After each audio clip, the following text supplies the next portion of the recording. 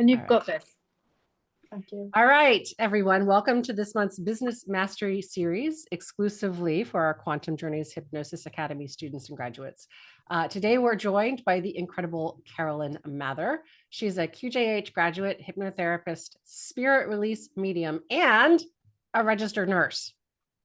Like, wow, that's a lot of pretty powerful modalities. Carolyn's journey is a powerful reminder that your business doesn't have to fit anyone else's mold to be meaningful and successful. We were just chatting about this before we went live, just the two of us, but she's like, you know what? I figured, just ask me questions because I want people to know what it feels like to not have it all together and like not have everything dialed in and sort of feel your way through intuitively. And she is a brilliant example of that. So you said that Quantum Journeys Hypnosis was the catalyst for your spiritual awakening and the confidence that you needed to restart your practice. Since then, your work has continued to evolve, it seems like. And so you're here to share the real story behind that evolution, what worked, what didn't, because I'm sure that you've stumbled a few times like, oh, that's not doing it. And how you've stayed aligned or at least gotten back into alignment, you know? So for everyone out there, whether you're just starting out or you're refining or redefining your next chapter, I think Carolyn's story will remind you that growth doesn't require perfection. It just requires presence and trust and the courage to keep showing up. So welcome, Carolyn Mather. Thank you. So we're going to do it a little differently this time. I'm going to just ask questions and let Carolyn just respond instead of having her do a presentation of any sort. So the first question I would like to ask you is, can you share the pivotal moments that led you to become a hypnotherapist? And how did you also choose on top of that to become a spirit release medium? Okay, so I first trained in hypnotherapy years ago. It was 2007, 2008, and I stumbled upon that quite by accident. So I signed up to a counseling and psychotherapy course. So I've always had the kind of, I've always been drawn to wanting to heal myself, to help others. So everything I've done has always been along the same kind of vein. But when I trained back then, it was very, very different. It was all script based. It was very what I would call traditional hypnosis. But it was, and I loved it. I fell in love with it. So I was drawn more to that than I was to the counseling. So I did a couple of years doing kind of confidence hypnosis, weight loss hypnosis. But if I'm honest, I did always feel like a little bit of a fraud because it was just reading from a script. And even though that script was always tailored to that person, when I look back, obviously it was tailored of what I thought that person needed. So I was never quite sure where this feeling of being a fraud was coming from, because I was doing exactly what I was trained to do. My clients were reporting that it helped them and it felt better, but there was always a bit of a niggle there. And then life took me down a different path for various reasons. And I went to do my nurse training. So I didn't have time for the hypnosis on the side. I just couldn't fit it all in with the shifts and everything. So I put it on the back burner, but I always knew that I wanted to come back to it. And can I pause you for a moment? You just said something really powerful that I don't think a lot of people realize. When we're hit with that imposter monster, right? I feel like a fraud. Yeah.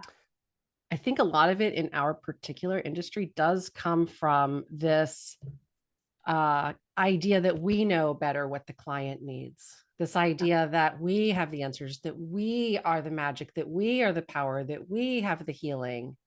And anybody who's kind of tuned in is going to feel like that's not it. That's not it.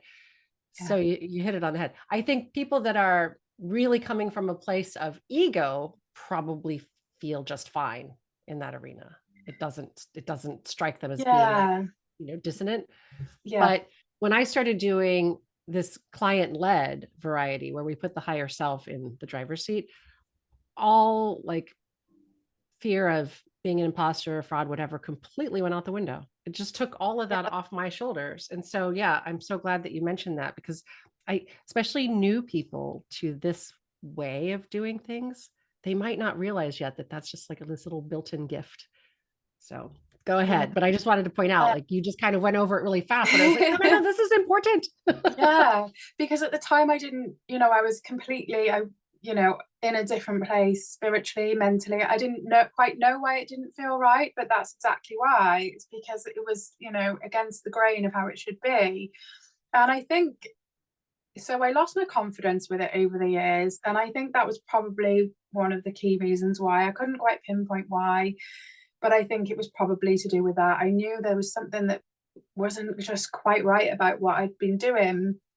So, but it just never went away, that calling back to it. And I would, fantasize about setting up the business again, but I just couldn't. I just had all these blocks there. And, the more blocks were there, the more I'd put there. And, I just built it up and up. But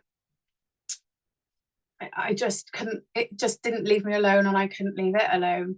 So I started opening up a little bit spiritually, so doing a manifestation course and kind of exploring. And one of my manifestations was to get my business back. So, and I've always done like different courses over the years for hypnosis, just out of interest, and always with the back of my mind that I'm going to do it again one day. But none of them just really clicked. None of them got me there until QJH, which I'll come to. But it was, and I was kind of at a point where I was like, no, I'm going to do this. But I was still going down that road of kind of the types of hypnosis where it's very much, I'm the therapist and I'm going to do this and I'm going to, it was still kind of, although it was moving away from the very scripted methods, it was still not client-led enough. But I was still going to do it. I was kind of, getting my confidence back. But then basically the universe shifted it for me, took it out of my hands. So I became really unwell with an eye condition that just put me out of action. I couldn't see properly. It's a bit of a long story. It's under control now, but it put me out of action. So I wasn't able to work in my normal job. I couldn't really do much that I would normally do. I couldn't sit and read a book. I couldn't drive anywhere. So my life was on hold. And that was when I came across QJH. So, and again, when you look back, you can see how the pieces all fit together. So I got added to the group by Kryssa and started having a little look, because the only thing I could really do was look on my phone, because I could enlarge it, I could brighten it, so I could read on there. And I started having a look and being drawn back to it and kind of thinking, no, like that's a bit woo, that's a bit, I can't do that, And now you do spirit release therapy. Yeah, I mean, I've come a long way. Even though like I've always been an open-minded person, I wasn't certainly not as open as I am now. And I was afraid of what people might think. And I was adamantly closed-minded after being raised in a new age hippie commune. I was like, shut that shit down, man. No woo here. So when the woo started finding me over and over and over again, I was finally like, fine.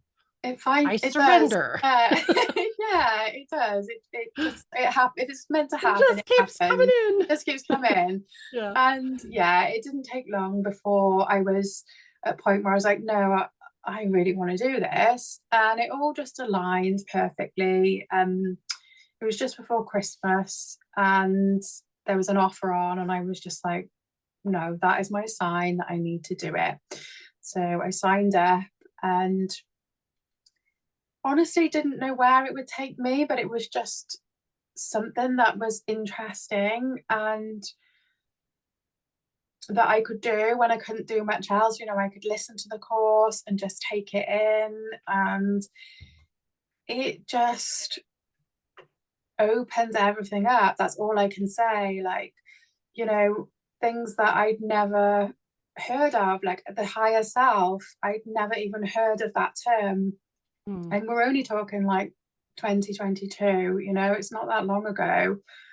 Or 2023, sorry. Wow. So your spiritual awakening like was on the fast track. It was, It was on like, the we're gonna fast crack track. her wide open. Yeah, like this is time. She's going down the, you know, not the wrong route, but she's avoided it long enough, folks. Yeah, there's another route. Let's catch her up. Yeah.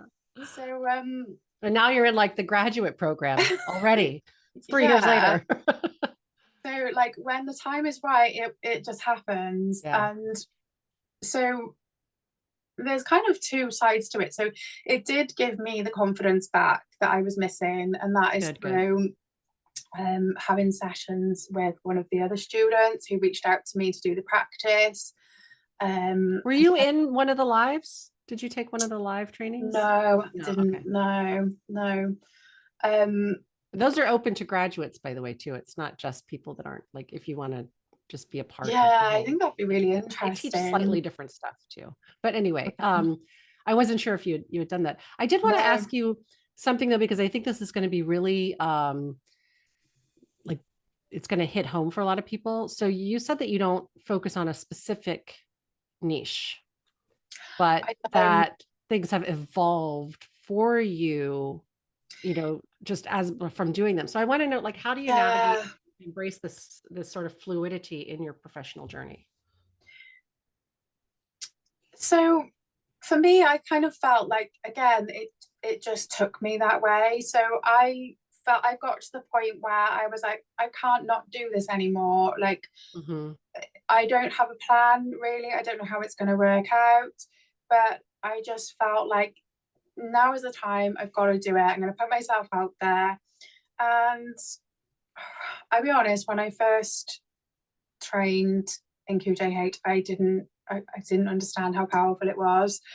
And it's taken a while to kind of work with different clients on different things and see their processes and see how it's helped them to kind of see how different this is to the work I was doing before. So I assumed that I would put myself out there, do similar to what I was doing before, you know, just weight loss, confidence.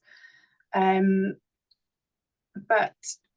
it just didn't really align that way. So although I do, and I like the way you call it weight release rather than weight loss. I think that's really important. Although I do work with people for that and confidence, it kind of, I don't know, it's just like the more I open up spiritually, the more people come to me with kind of help for their own spiritual awakenings or that's you're magnetizing them. So your frequency is altering, and then it's like being shot out into the noosphere, and those that are needing that frequency or resonate with it, they're like, oh, there she is. Yeah. And so through QJH, I've also kind of developed a stronger connection with my guides, with my higher self. So I communicate with them a lot and ask for that guidance. And my higher self did say that to me. So she said, just let it flow more. You don't have to rush it. And I mean, I am fortunate that I didn't have to rush it. I wasn't relying on it for an income. Which I think has played a key part. There is a funny thing about the higher self in this way, though, which is that the higher self wants the very best for us as far as the grander mission of our life. But sometimes it neglects to consider that we live in this 3D world where we have these weird illusions like money and bills that we have to deal with, unfortunately. Right. And so like the higher self is like, let it be fluid. Don't worry. But then if you're in a situation where you actually do like need to rely on this, that can be the thing that keeps the money not flowing in. But if you are in a situation where you can afford to just let it flow, then I think you'll be able to align yourself with just whoever happens to find you is most likely going to be exactly the right fit. Yeah. Yeah, definitely. Those of us that have to still play the 3D game sometimes get some clients that aren't always exactly the right fit, but that's okay. It's a learning experience for all. I think it would have been a lot different. Well, it would have been a lot different if I was relying on this for an income, because I think I would have pushed myself too hard for certain things, or certainly with the kind of spirit release and the mediumship stuff, like that for me cannot be pushed. Like that has to flow and has to go in the right stages. So yeah, I consider myself very fortunate that, so, and I think that's why I've just allowed things to flow and evolve and not felt the need to. I mean, one thing that really kind of was a game changer for me was just stop comparing myself to other people, Yes.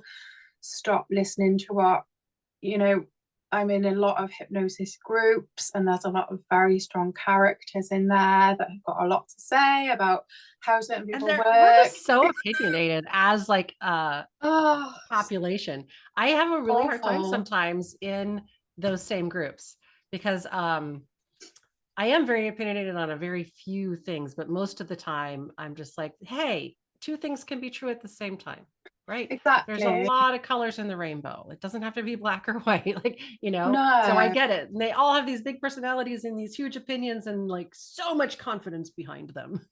And it's very intimidating. And I think so where I, I really had to take a step back and be like, okay, take what resonates Mhm. and leave the rest, and don't. I'm so glad you do that though. And you're like, who am I? Who am I? Not in comparison, not, like Yeah. me. And Mhm. it was a challenge to get there, especially when you're coming back into something and you've lost confidence. It's like, oh, I have to be this, I have to be that. And you There's no know have to. exactly. No have to. And we're all different. People resonate towards different people. There's going to be people who like that type of person to work with, and people that would absolutely hate it, and people that want to Mhm. work with someone like me. So it was, that was quite And a isn't that the beauty? There's 8.1 billion people on the planet. And so exactly. there's really no competition ever No. of anything because there's only one you. So the people Yeah. that resonate with you, and maybe not forever, like they might resonate with you for a while and then they might Yeah. resonate with Nick's for a while and me for a while. And, you know, but that's the beauty of it, that there is a Exactly. population of people out there that we can help and vice versa, because they help us by giving us the honor of helping them. Oh, definitely. And that is a really important thing for me, is that kind of seeing it as we are on a journey together, me and the client. Yes, it's important that I hold the space and do things safely and bring all my skills and knowledge, but ultimately I learn something from every single client, and it helps my growth as much as it helps theirs. And that was missing as well from the work I was doing years ago. It was very Mhm. much, and I very much kind of felt that I had to play that part of, I'm the therapist, I know what I'm doing, I'm sorted, I'm okay, because I thought Right. that that gave them that reassurance. And actually, for some people it might. For me, I've realized actually I wouldn't relate to somebody like that. So again, it's kind of, the more I've evolved in myself, got into alignment with who I am and got comfortable in myself, the easier this has all become. And like you say, when the ego is taken out of it, but that wasn't easy for me, because in the beginning it was kind of like, well, I'm not good enough, or I have That's all got a the ego. script. Yeah. It's a two-sided coin. There's the wounded, fragile ego, and then there's the healthy ego. And healthy ego is great, Find but still doesn't have a balance. place in our sessions, right? Like we just need to Absolutely bring the not. ego at the door because the session needs to be about the client. Yeah. Um, but what about spirit release therapy? I kind of vaguely remember, I think you were one of the ones in the call where Cindy was chiming in, the deep dive. Yeah. And were you one of the ones that Oh, was I like, don't I'm think I was feeling, alive. no, okay. There was like two people that said like, huh, I never even thought about this, but I'm feeling kind of like this resonates. But so if that wasn't you, that's fine. I just thought maybe I remembered that. But tell me what happened? What brought you to that Wow. specific little, because that is a niche. That is It's a not my niche, and niche. it's not a niche that I planned. Wow, again, this is something I had never heard of. When I first heard the concept, my mind was blown. I was like, how can that be a thing? And that most of us don't know about it. Like, it was just mind blowing. And so following doing the course, I did a course on Udemy about spirit release. It's different to the type that I do, but I was just fascinated by it. But I didn't think it was something I would do. I thought it was just like, something Was to that be. that Michael something? I can't think of I his name. think it and there's like a Michael or flower in the back. Mark or something. Yeah, I took that one a few years ago too. Yeah, It's not bad actually. It was pretty thorough. I loved For it. being Udemy. Yeah. And but again, that was something I kept being drawn back to, and it just didn't go away, and it became just such a calling. And I that all aligned perfectly as well. And I ended up doing a one-to-one course with somebody that I was following online. We've become really good friends now. But basically it's all done through spirit guides. So it's remote spirit release. So you connect with spirit guides, you connect with the person's guides, and then you go through a protocol and ask them to remove all entities. So you don't have to work directly with the entity. No, you don't connect with the entities at all. I love that. That's how I do it too. I don't want to actually, if I can avoid it, I prefer to not even communicate with them. So yeah, absolutely. So yeah, so I do that as a standalone.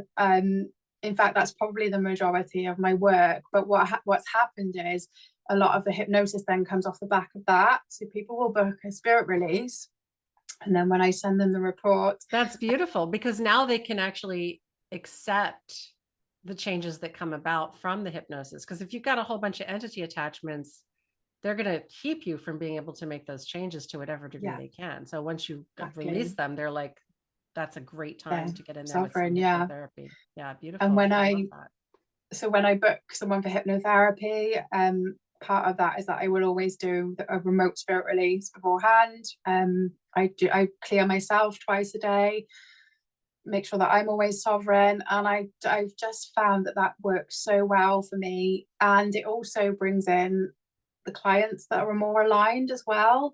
It's kind of like a backwards, not always, I still get people come in just for hypnotherapy, but what's happened is kind of my following. Were you going to say a backwards funnel?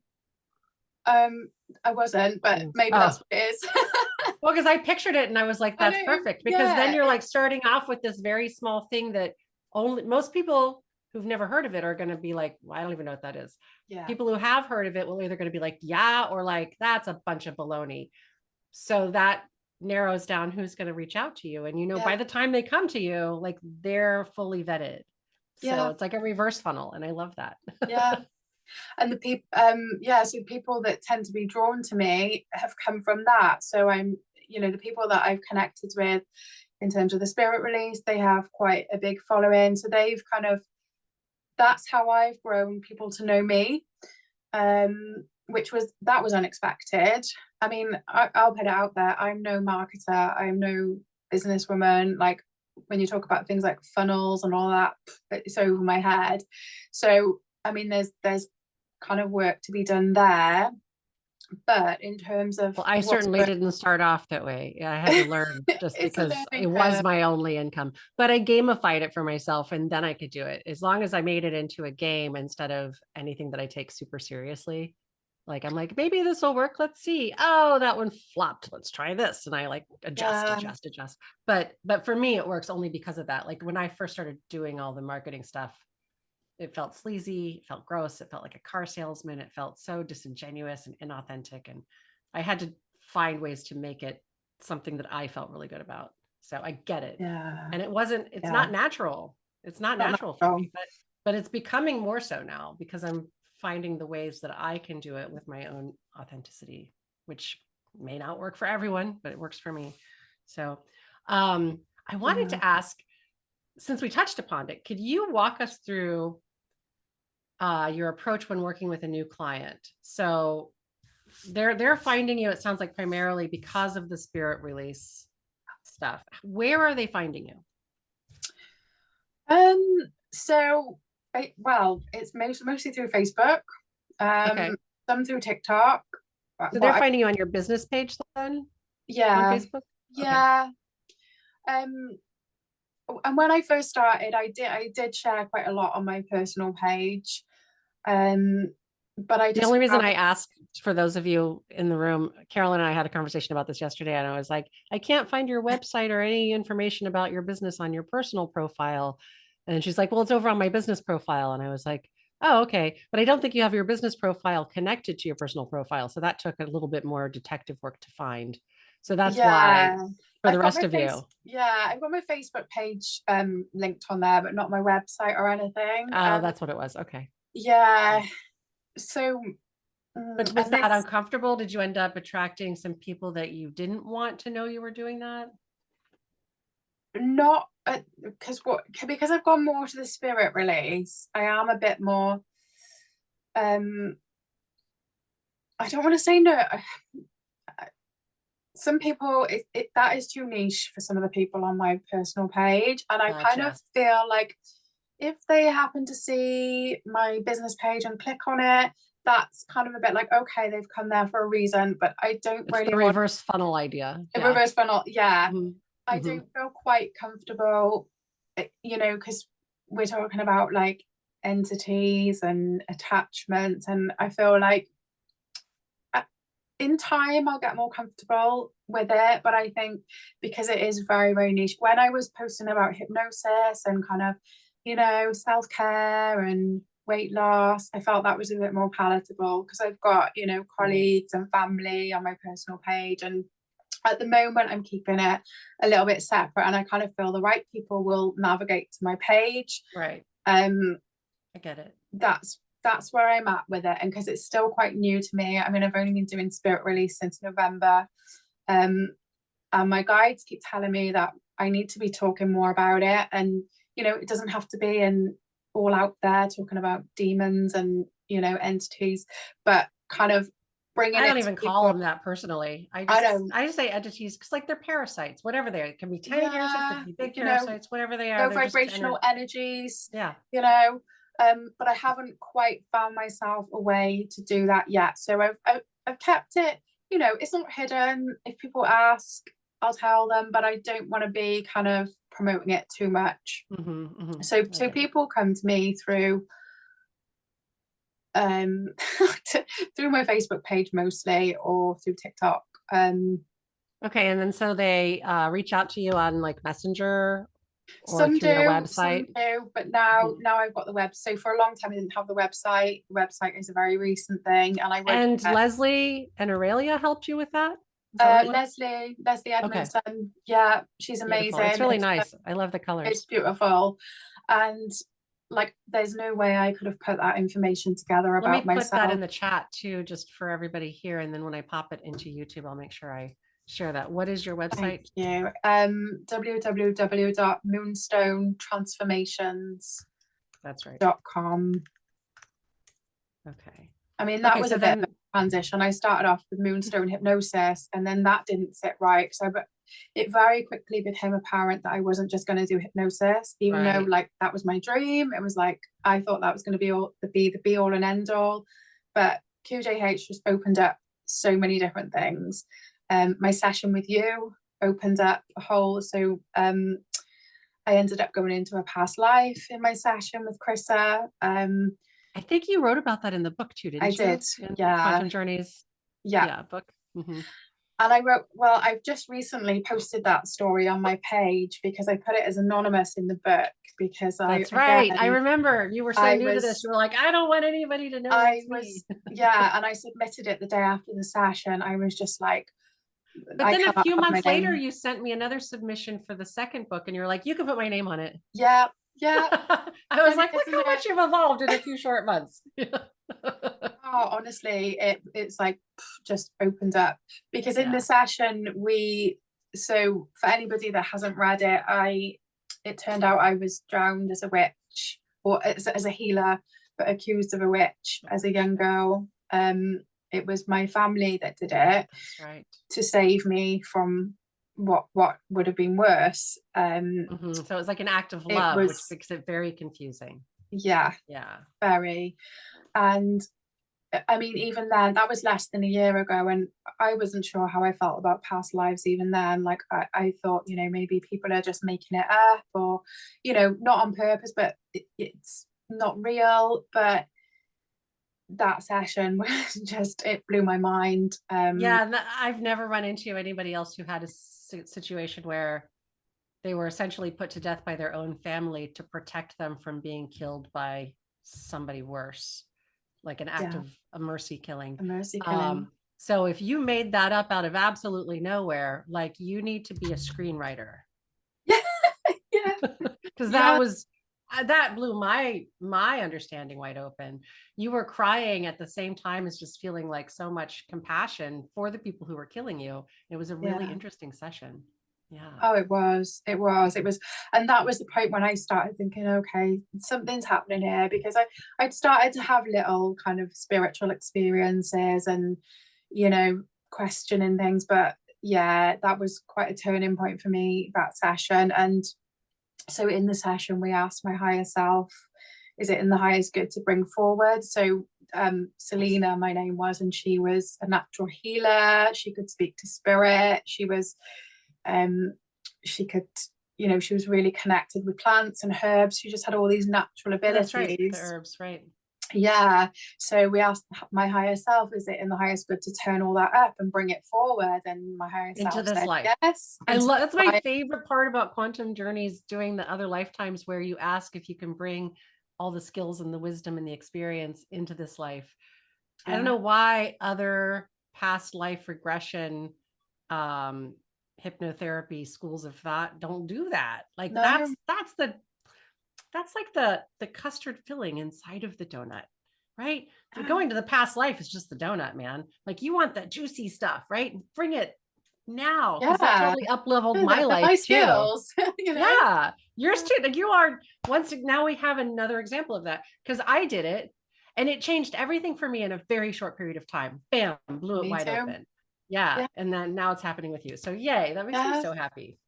Because I was, in this lifetime, I didn't grow up as somebody, people look back and say, oh, I could always see spirit or talk to spirit.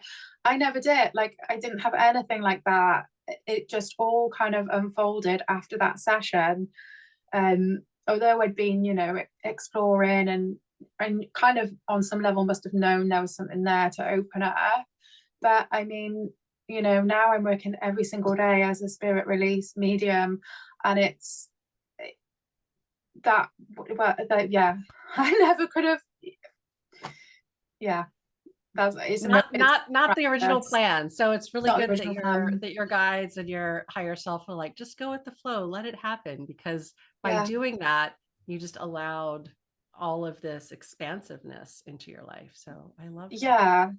Yeah, definitely. And I put it out there to spirit that, I'm going to follow the path that's put in front of me. I'm not going to be scared. I'm going to take the opportunities, and I have, and it's just got bigger and bigger and better and better. And instead of, before I was always kind of like, how can I put myself out there? How can I market myself? How can I, and it always came from a good place, but it didn't feel aligned. And now it's like, well, people are gravitating towards me because, I'm sharing kind of messages from spirit, or like doing what really, really makes me tick. And then people are gravitating. And then it's like, well, actually, I can help you with hypnosis as well. Or, instead of it being me feeling like I'm pushing, even though it's, you're always trying to help. You're just offering. Well, they don't know that you can do that unless you share that you can do that. So it's not pushing. Yeah. They might very well need this thing, but if you don't tell them you have this thing that they may need, how would they know? Yeah, it's like ethical marketing. Like, yeah, you're saying, I can do this if you want. You're not like, I'm gonna make you do this, so no. And the more, like I said, the more relaxed and comfortable I get with myself, the easier that becomes, because you I don't know, you just get into that frequency of where it just comes naturally. And in terms of a niche, again, I always felt the pressure, like people telling me, you need to have a niche, you need to do it this way, you need to do that. Well, you have one. You've got a niche. Well, yeah. Yeah, you've got one. And it's actually, it's a reverse funnel niche, but it's working, right? The spirit release thing, because if you're attracting people that are interested in that, then already they're most likely going to be a pretty good fit for everything else you do, right? Yeah. So now we've gotten to this point. I would love for you to reach back in your memory banks Maybe it happened yesterday or a year, I don't know. But can you share a success story? Well, you said you've only been doing it this way since November, so half a year. But can you share a client success story where this integrative approach of the spirit release therapy and QJH made a significant impact on their life? Just On my life or on their life, on the client's life. Yeah. Because we just, like other graduates and students of QJH, you know, it's just always really interesting to hear how a client session changed their life. And in your case, you're doing these two things. And so I think it would be fascinating to hear more about that. Yeah, so a beautiful client springs to mind, who, yeah, she came to me through obviously the spirit release. She was really struggling, and she's a medium and reads cards and things, and she had a full day of card readings booked, and she experienced an attack by entities, and she booked, you know, she was in a really bad place, and she wanted the clearing so she could do her readings. And funnily enough, she came to me through somebody else, because I'm listed on somebody else's site as well. And it was a favor that I did to do this client. But it turned out she ended up coming to me for hypnotherapy as well, because she was just like, wow, this clearing you did and this beautiful report and all this message from the guides.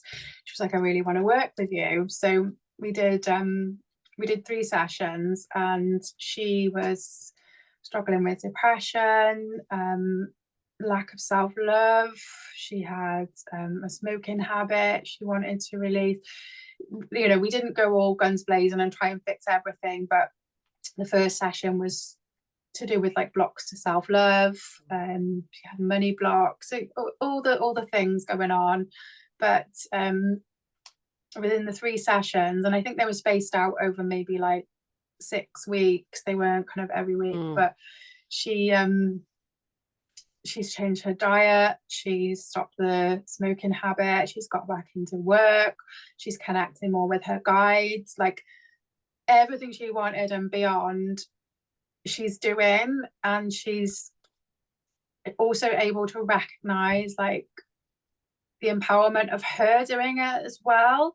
So that was just amazing to see. You know, she was struggling, like thinking she was going to end up living in her car if she didn't bring any money in, and then, you know, getting into the kind of spiral of the blocks then, and just and couldn't feel love for herself. And yeah, just, and when you think about QJH, it's simple, isn't it, really, that you're just connecting them with a higher self and allowing it to unfold, and just asking the questions. And not everybody's higher self will give this, like there's other people who have had, for example, past life regressions with me, where I'll say, is it in this person's highest good to bring the knowledge and skills from this lifetime forth? And they're like, not yet. Yeah. I'm like, so if somebody's like, hey, I heard what you said on that podcast or whatever, Kryssa, I want that. And I can be like, no guarantees. Let's go find out. Whereas if I was coming from like ego-based, not client-led, I would be like, of course I can do that. And then if it didn't work, I'd be like, well, that's not my fault. And then, well, whose fault is it? And then anyway, right? So anyway, but that's beautiful. And so she was on the verge of living in her car, and now she's actually doing well. Like that's quite a testimonial. Yeah. She wants to learn hypnosis. Send her my way. Well, I've had 2 clients now who've gone on and done the QJH course, which, like, to me, that is just the best testament, you know, not to me, but to the method, of how amazing it is that people are actually like, wow, I want to do this. Thank you. I need more students. Yeah. I'll send more your way if I can. But and I think, you know, I've worked with clients who've done QHHT as clients and as therapists and soul center healing, and they've all said, wow, like what a beautiful way that you work, because it's, I mean, I don't know a lot about those other methods. I know there's similarities but differences as well, and everybody's forgotten about the soul-centered healing. I started to go down that rabbit hole, and then something distracted me and I forgot to complete the loop. So I need to go back. Thank you for Yeah, reminding me about that. that's okay. But all said that they just love QJH because it's just it is just beautiful, and it's just, you know who doesn't love QJH? The people who want really structured A, B, yeah, C, D, E, F, G, give me this step, this step, this step. And like so basically people who have no self-trust. yeah, People who have no self-trust, who are full of self-doubt, have a hard time with QJH because they don't trust that they will be able to navigate it intuitively, and just trust that if they get their client to this place and put the highest self in charge, are they actually going to get what they need? yeah, Or what they want. Sometimes they get what they need and they don't get what they want, but they get what they need. yeah, Anyway, so yeah, those are the people that struggle. And so like when I have calls with potential students, I just tell them that, I'm yeah, like, I think eventually you'll probably really come to love it. But if all you're used to is just like reading from a script, it's a departure from that. yeah. Yeah. You're not going to Yeah, have that safety net of that like, safety net. of I've got the script, and as long as I say the right words in the right way, it will miraculously fix you, as if we're broken, right? But anyway, so I mean, when I first started, I kind of, had a lot of prompts for myself, but they were very much like open questions, like where do we need to go now? What do you need? yeah. What's happening? And but Actually, I didn't keep really meaning need to them. put together like a list of just questions that people can refer to if you want to help me with that at some point, just so we have it somewhere in the script and people could just be like, oh yeah, I can ask like, is this in the highest good, or what do we need to do next, or stuff like that. So thanks for reminding me of that too. That's okay. And a lot of what I found is a lot of it is just being silent, give them time. It is. There's a lot of silence in it. Yeah. And I always say that I'm a people. fan. I'm a fan of I'm a fan. I mean, again, if you're coming from that place of like ego and control, you feel like you want to, step in and control it. But for me, I love it. And I think, I always make it clear to them at the start, especially working over Zoom, like, I might go silent, but I am still here. Just allow that time. And it just works so well. And I think once you let go, there is always a little bit of, oh, like, what if it doesn't happen? But it does. And it's about creating that environment and that comfort for them, and, just allowing them. And if it doesn't, we just deal with the ego state that's preventing it from happening. Yeah. And then that's one thing I love about QJH as well, about the course, was the ego states. And at first I was like, oh, I can't do that with people. But once you do it, and once just you don't call it ego states to them, because most people will misunderstand what we mean by ego. You know what I mean? Yeah. You could call it like sub-personalities or parts or things like that. But, and again, it just becomes like a conversation, and the stuff that comes up is just fascinating, and it's never what people expect. I know. It's just beautiful, and the changes that can happen are just so profound. Just from an ego state. Just from that. I know, like 10 minutes on a single ego state and bam, it's just like, it's pretty powerful stuff. Are you ready for some questions and answers? You ready to answer some other people's questions? I will do my best. All right, let's open it up. Ellie, Lynn, hi. I didn't get a chance to say hi to you both before. And Nix, would any of you like to ask Carolyn a question about any part of her business, how she does what she does, about spirit release, about anything at all? Oh, really? All right. I still have questions then, but I didn't want to not give you guys an opportunity to ask. Oh, Nix has a question. There we go. Yes.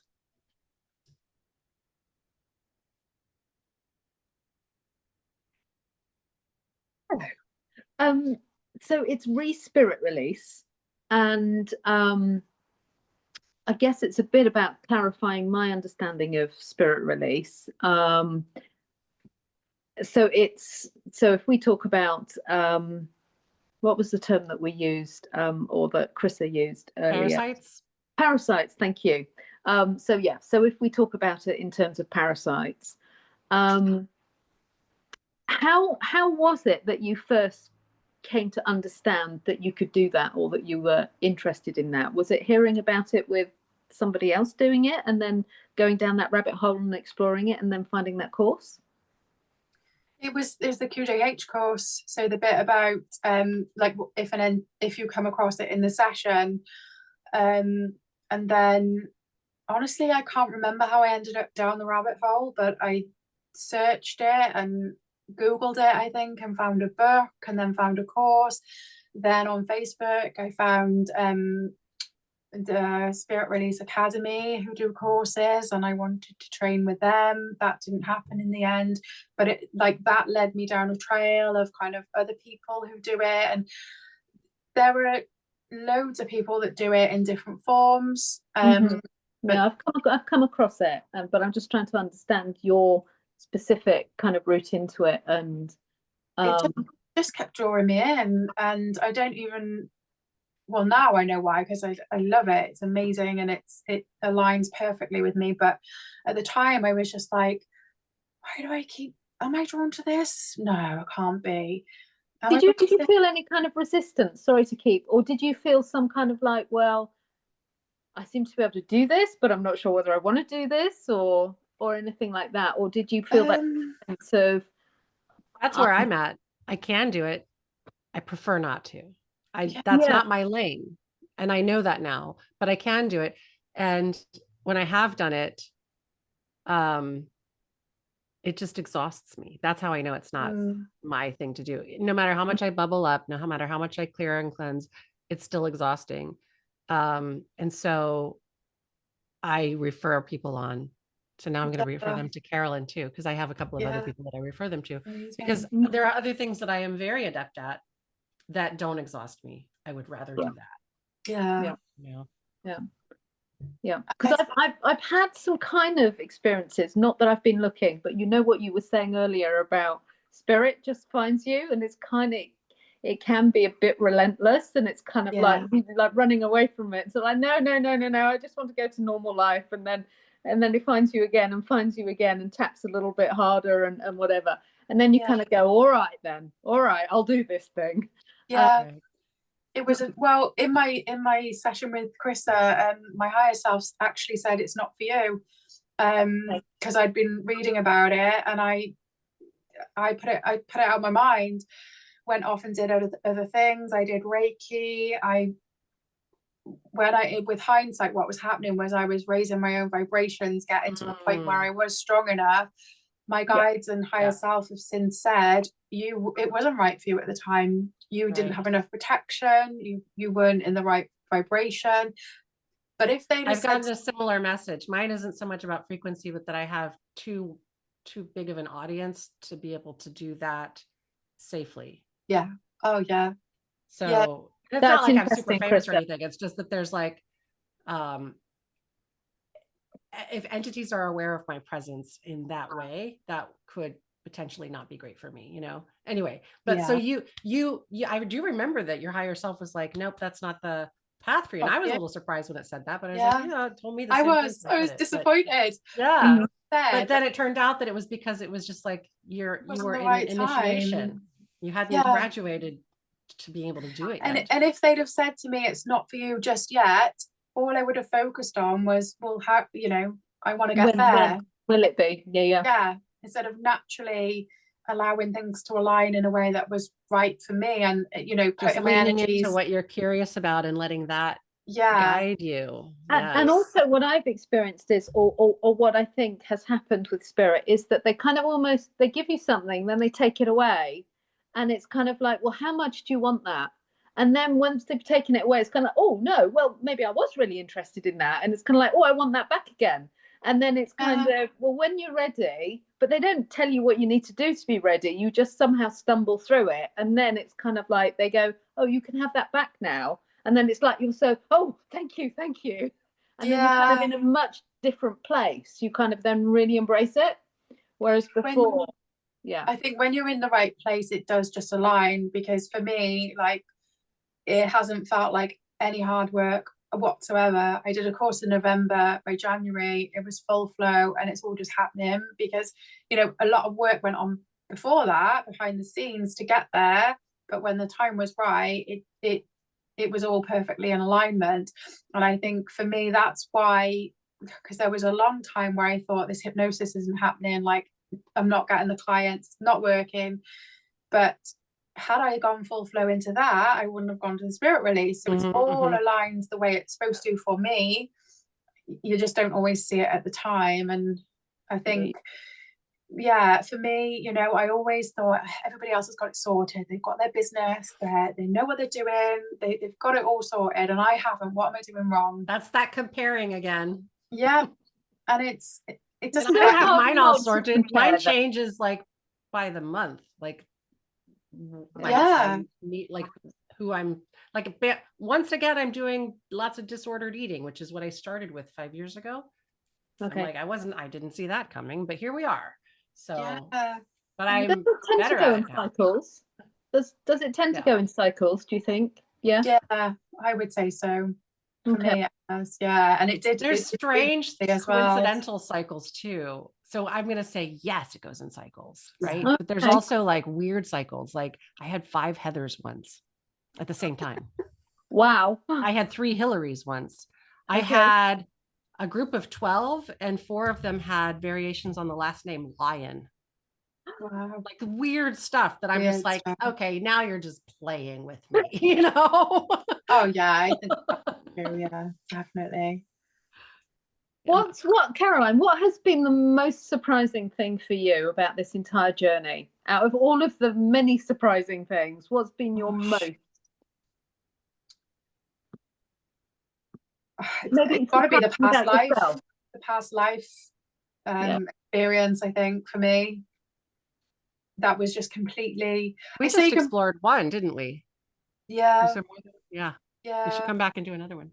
I'd love to. And I've kind of visited that same past life in a meditation, and I know there's many more, like, but yeah, I think for me that was the most, because it was so surreal. Like it happened in this bedroom and there was angels there. It was like the most surreal experience that I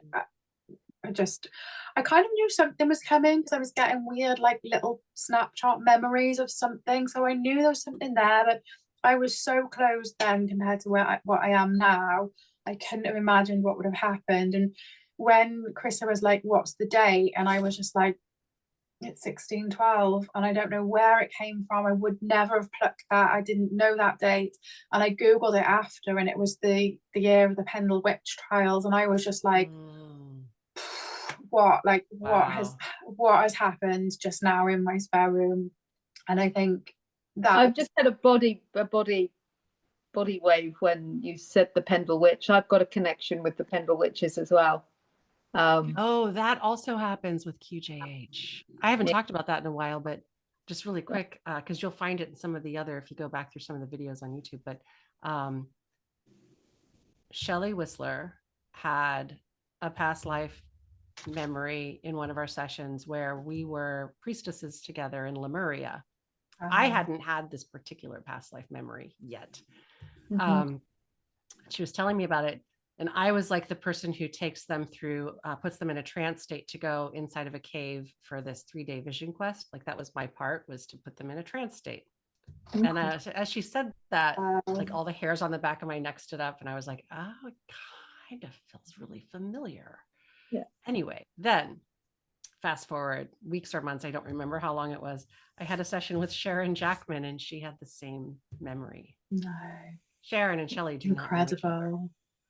Wow. They'd never met amazing. each other. And then I finally had it too. And it wasn't just us. There was a few others that are in QJH at the same time, right? So I was like, what? So yes, you two having this connection to the Pendle Witch trial does not surprise me in the least. And there's probably more already in QJH. Given what we were talking about earlier, our location, the fact that Wales, kind of like, I happen to be in Wales. You happen to be just kind of relatively down the road. And I've got connections with Derbyshire from my mother's side. It's fascinating stuff. It is. And that's what I love about this, is just how, like, once you start to expand and see outside of what kind of meets the eye, anything really is possible. And yeah, it is. It's kind of like, you know, that board game, Life, with the little cars and the little pegs and da da da da. I feel like it's like that. And then we're like, you know, in one board game, we're like, oh my gosh, do you remember the last time we played? And like, then I was here and you were there and we did this other thing. What about the time before that? Or like, you know, maybe even remembering a time that hasn't happened yet. But yeah, it's kind of like, we've been here many times. Yeah, absolutely. And we've had many roles and we've had many experiences. And yeah. Can I ask another question? Is that okay? Well, we're 3 minutes after, but yeah, as long as it's okay with you two. I do have to go. I have a session in 57 minutes. So okay. Well, I'll have to like take some time soon to like reground. As you wish. So for someone like me who is just starting out, I mean, okay, so I've got a background in stuff that's going to be very assistive, so I think I'll move very quickly. But in terms of the QJH stuff, and the setting myself up stuff, I'm really right at the beginning. So what would be your top 2, 3 bits of advice to someone like me as to kind of how to approach it from your experience and what you've found really assistive for yourself? Honestly, firstly, I would say don't compare yourself to other people. Learn from what they're doing. If something resonates, take it, but don't feel that everybody else has got it right or got the answers, because we're all so different. There's no right or wrong. Like, don't feel that everybody else knows what they're doing, because they don't necessarily. Like, just find your own way with it. Don't be intimidated by thinking that, you know, if somebody's got it, everything looking really slick. You know, I used to look at people's websites and be like, I can never be like that. You know, they've got their business sorted. Just your website is beautiful, by the way. So you are now among the slick website population. Yeah. But that was going to be my second point, is that if you need help with certain things, take that help. Like, I'm not tech savvy. I can't do a beautiful glossy website. So I reached out and I got Leslie to help me with that. Whereas before I was like, oh, you know, I've got to do it all myself. You haven't. Like, do the bits that you can yourself, do it your own way. But then if there's something, you know, don't like, I did try. I went onto Wix and I was like, I'm going to try and do myself a free website. And I was like, I can't do it. Like, it wasn't worth the stress for me. And the website Leslie did is beautiful and people love it. And it's done in a way that allows people to contact me in a way that's... It's another one of those, like, they can feel your frequency through your site. Yeah. So they know whether they resonate with you. Yeah. And I wouldn't have been able to, when I did the website, I struggled to kind of put across who I am and what I do, even though I feel like I know that. I couldn't quite make that connection. So somebody intuitive, like how Leslie does it, she was able to capture that essence in a way that I couldn't. And it's not that it's made up or it's not me. It was just that I'm not good at putting it down on paper like that. So I would say, you know, don't be afraid to get the help with the bits that you struggle with. But yeah, like, don't compare yourself to other people and don't feel pressured that you have to have a niche. Don't feel that you have to have it all planned out. Like, you can just start and find your way as you go, because even if you think you've planned it all out, it will change anyway, more than likely. Absolutely. That's beautiful. Thank you, Caroline. Thank you. I've really taken a lot from this. I really appreciate this. Reach out if you want to. We're only down the road, so I'd love to. That just tickles me. I hope you guys go get coffee or something, or tea. Yeah, we should do. Definitely. Lynn, did you have any questions at all before we go? No? Okay. Well, thanks for showing up, both of you. Thank you so much for having me. I've loved it. Thank you, Caroline. It's just been brilliant. Thank you, Kryssa, for absolutely. We'll see you next June 15th. I never know what time, though, because it's often based on the person's time zone. So if we have somebody from Australia, it'll be a different time than this. But yeah, thank you so much. And Carolyn, stick around for a minute after these guys go, because I just wanted to touch base with you on a couple things. Okay, perfect. Bye. Thank you very much. See you soon. Bye.